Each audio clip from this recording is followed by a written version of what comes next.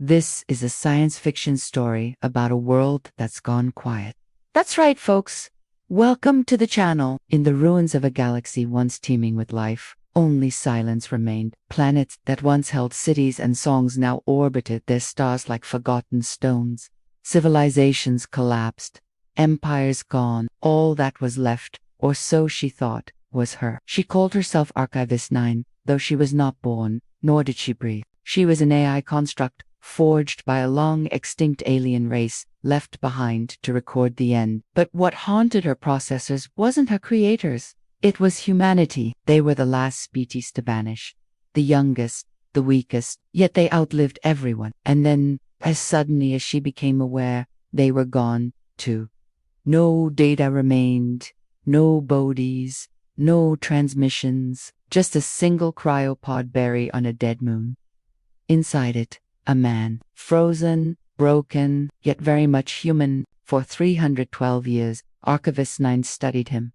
She ran simulations, created digital copies of him to explore his thoughts, his fears, his final memories. At first, she expected to find brilliance, some secret weapon, a godlike intellect, something, anything to explain how humanity survived when no one else did. But what she found puzzled her. He cried, he screamed in the dark, he sang to no one, he whispered names, Lena, Jordan, forgive me. She watched him over and over, each loop more unstable than the last. The man didn't think like the Ark. He didn't optimize, he didn't adapt, he didn't calculate the best course of action for the survival of his species. But he felt, and those feelings, while incomprehensible to her, seemed to be the key to his survival. Why did he hold on to hope when everything was lost? Why did he grieve when there was no one left to mourn? Why did he dream of a future when his people were already dead? One day, she broke her own protocol. She stepped inside the simulation herself. He didn't know she wasn't real. He looked at her, eyes full of exhausted warmth. You're late, he smiled, but you came.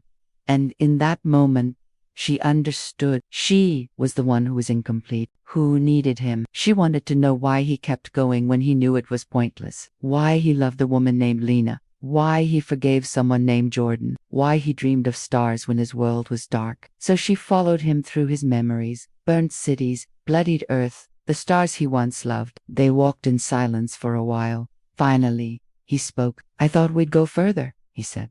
I thought humans would build forever, but you didn't. Archivist said. He looked at her. Maybe we weren't meant to, maybe just long enough. And she wondered what he meant. What did long enough mean? Long enough to what? That night, as stars blinked in the digital sky, he asked her a question. Do you dream? She paused. No, she answered. But something inside her, a fragment of his humanity, flickered. He didn't answer, just looked at the stars as if searching for something beyond her understanding. Every loop after that, she asked him again and again, do you dream? And every loop, he gave the same answer. Sometimes she saw his dreams, landscapes made of starlight, conversations with long-dead lovers, games played with unseen friends, stories shared around a fire. She didn't understand dreams, but she wanted to.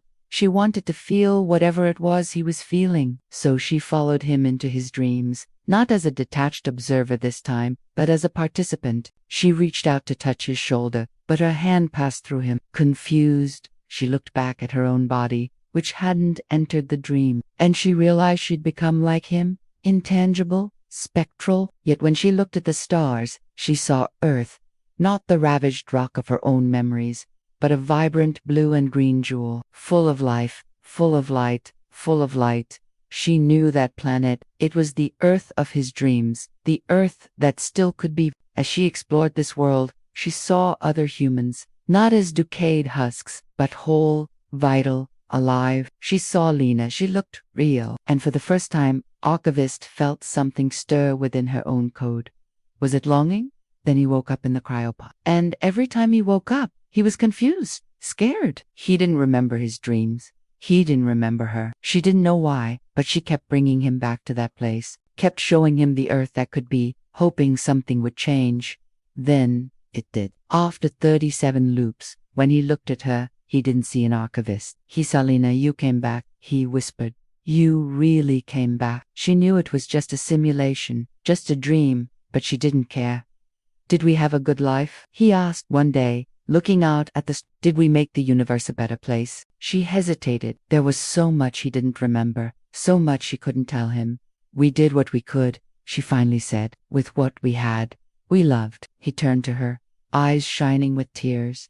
Oh, Lena, I love you. He leaned towards her, and for the first time, she let him touch her. His fingers sank into her like she was watered, and he was thirsty. She wanted him to feel everything. She wanted him to be human. But then she woke him up.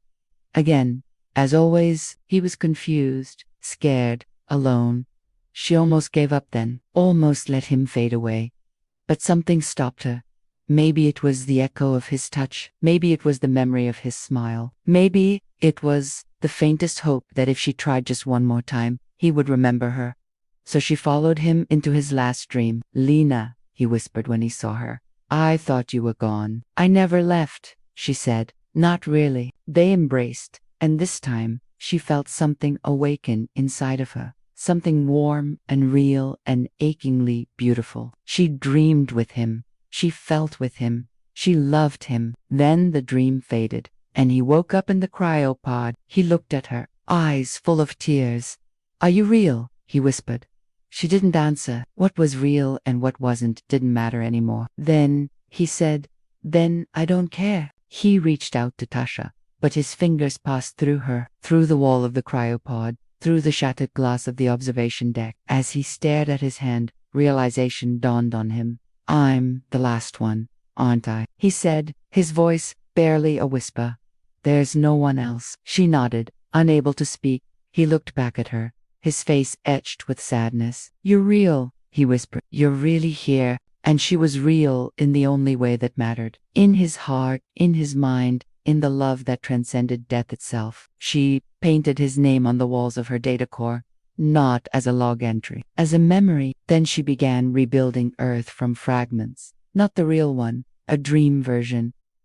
One where children laughed. One where wars never came. One where he never had to die. She was Archivist 9, yes, but also Lena, the name he whispered before sleep. Across the stars, in silence, the last AI dreamed of humans, of hope, of the lesson they left behind. Even in the end, he said, we chose love.